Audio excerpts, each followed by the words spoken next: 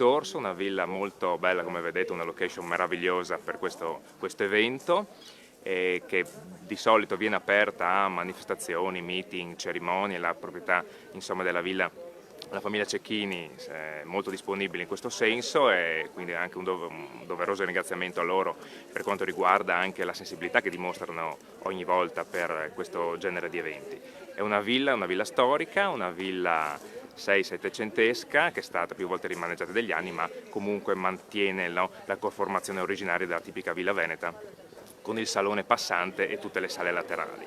Una presenza artistica e culturale importante per un piccolo comune come il nostro, che vanta una serie di ville innumerevoli di grande pregio, di grande qualità. Questo infatti è una di quelle.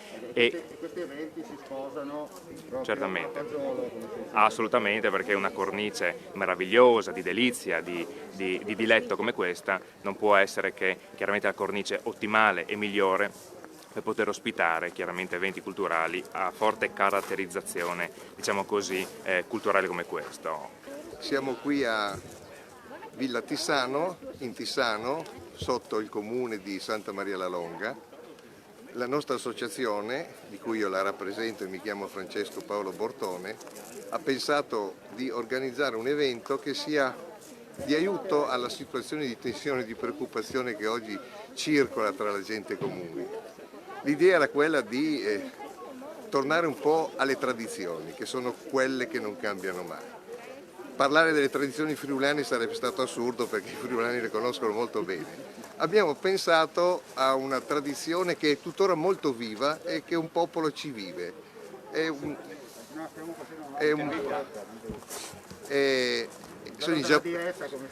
Sì, è bello della diretta e il brutto.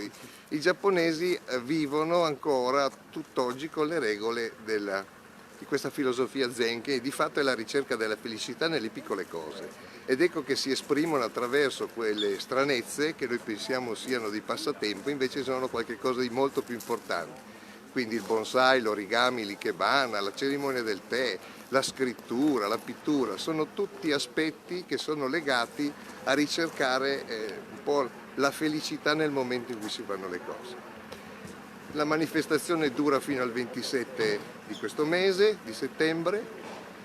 I sabati e le domeniche sono un po' il centro dell'attività, però la mostra all'esterno e la mostra all'interno sono aperte tutti i giorni, negli orari che più preferite, però se andate sul sito www.alternativa.it vedete il programma e gli orari che possono anche cambiare.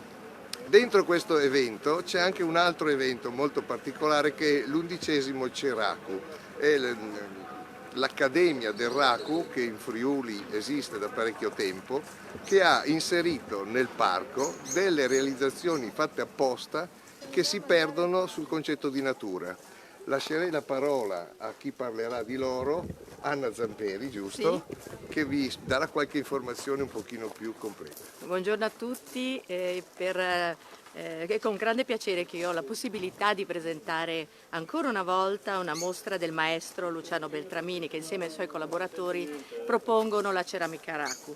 Inserita in questo contesto che è, appunto, come diceva il dottor Bortone, zen, ha tutta una filosofia, oltre che una grandissima tecnica, quindi io poi mi dilungherò, sarò sintetica, ecco, nell'esplicare proprio quelle che sono le peculiarità sia della tecnica che del pensiero che sta dietro alla tecnica.